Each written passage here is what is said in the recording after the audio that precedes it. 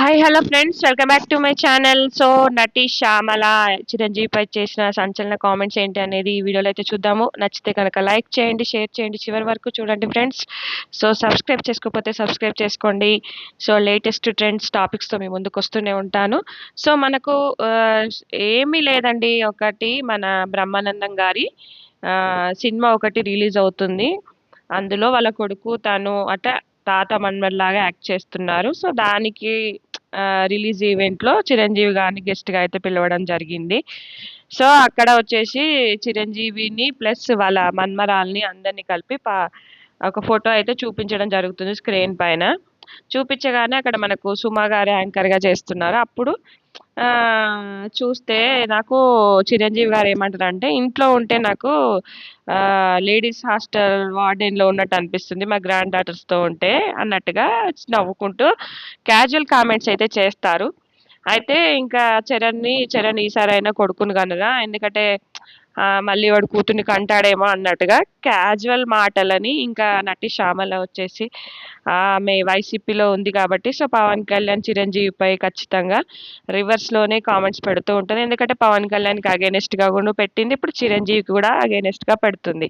ఏం లేదు, అందరూ మనమరాళ్ళే ఉన్నారు, బాగుంటే బాగుంటుంది అన్నట్టుగా పెడితే అంటే కూతుర్లు వారసులు కాలేరా, కొడుకులే వారసులా అన్నట్టుగా శ్యామల వచ్చేసి తనకి ఏదో తోచినట్టుగా మాట్లాడుతుంది.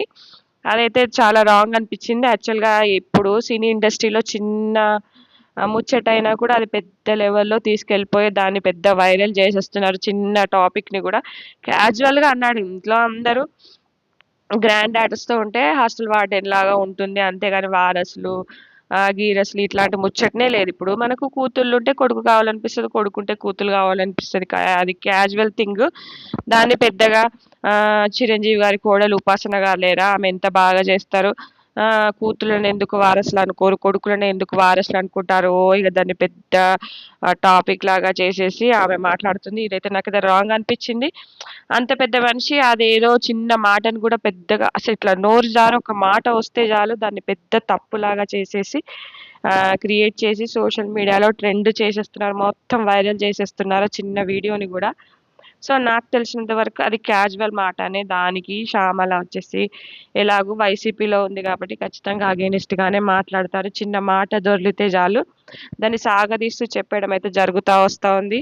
సో నాకు తెలిసినంత వరకు ఇది కరెక్ట్ కాదు. యాక్చువల్గా ఆ సినిమాకి సంబంధించి మాట్లాడడం అయితే జరిగింది. ఎందుకంటే ఇంట్లో అందరూ యాక్చువల్గా మనవరాళ్ళే ఉన్నారు కాబట్టి కనీసం ఒక కొడుకు అయినా పుట్టాలన్న వేలో మాత్రమే చెప్పారు అక్కడ చిరంజీవి. అంతేగాని మనవరాళ్ళని కానీ లేకపోతే కూతుళ్ళని కానీ తక్కువ చేసి మాట్లాడినట్టయితే నాకు అనిపించలేదు. సో తక్కువ చేసి అస్సలు మాట్లాడలేదు. ఎవరికైనా ఉంటుంది, ఒక కూతుళ్ళు ఉంటే బాబు కావాలని, బాబు ఉంటే కూతురు కావాలని, క్యాజువల్ థింగ్ అండి. సో ఇది ఫ్రెండ్స్ ఈ టాపిక్. మళ్ళీ నెక్స్ట్ టాపిక్తో మీ ముందుకు వస్తూనే ఉంటాను. నచ్చితే కనుక లైక్ చేయండి, షేర్ చేయండి. Thanks friends, thanks for watching.